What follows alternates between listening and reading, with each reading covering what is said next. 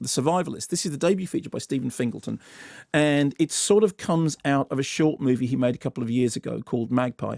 It's set in a non-specific future in which we open with two lines, a red line and a blue line, showing human population and oil production. And with beautiful concision, the opening sets up the rise and catastrophic fall of humanity. We are then introduced to a world in which, you know, human civilization has fallen apart, but nature has flourished. Something this is very sort of, you know, unlike the arid post-apocalyptic or apocalyptic worldscapes that you normally get. This is closer, to example, to something like Terence Malick's The Thin Red Line, in which you get that strange dichotomy between, you know, mankind involved in war, but nature in the meantime getting on with the business of replenishing itself. We have a central character played by Martin McCann, who is living this lonely existence, sort of feral existence, in which we know that in order for anybody to survive in this world, they must be tough and they must have been killers. Out of the woods come these two women, a mother and daughter, initially asking for food and then for seeds, and then they make a sort of uncomfortable bargain in terms of physical services.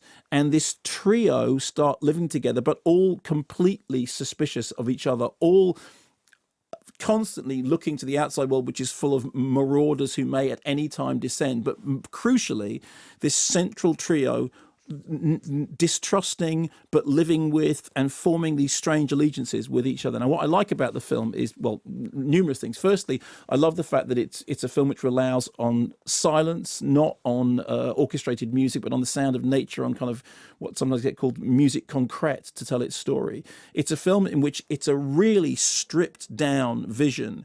Here is a filmmaker who is using everything that they have at their disposal to crank up the tension and the atmosphere.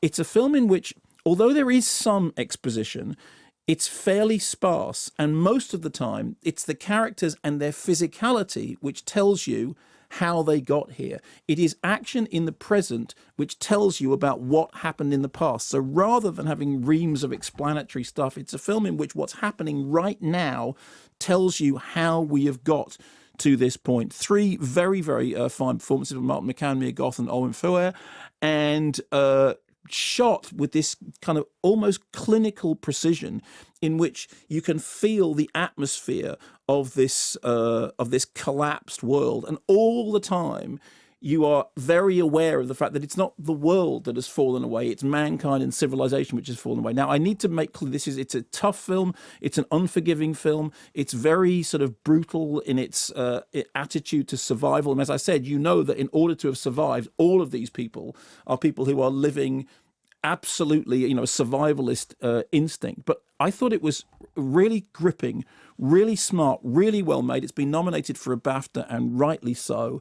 I think Stephen Fingleton, on the example of this film, is a major talent in the making. And although it may well prove too tough for some viewers, I think if what you're looking for is something which really sort of challenges you and wants you to become engaged in how it is that cinema can, you know, twist and turn without exposition, but to do with motion, to do with physicality, to do with the expression of an idea through visuals, I think it's a really, really interesting piece of work. And if you get a chance to see it on a big screen, do, because it's a film that deserves to be seen projected. It's called The Survivalist, and it is well worth your attention.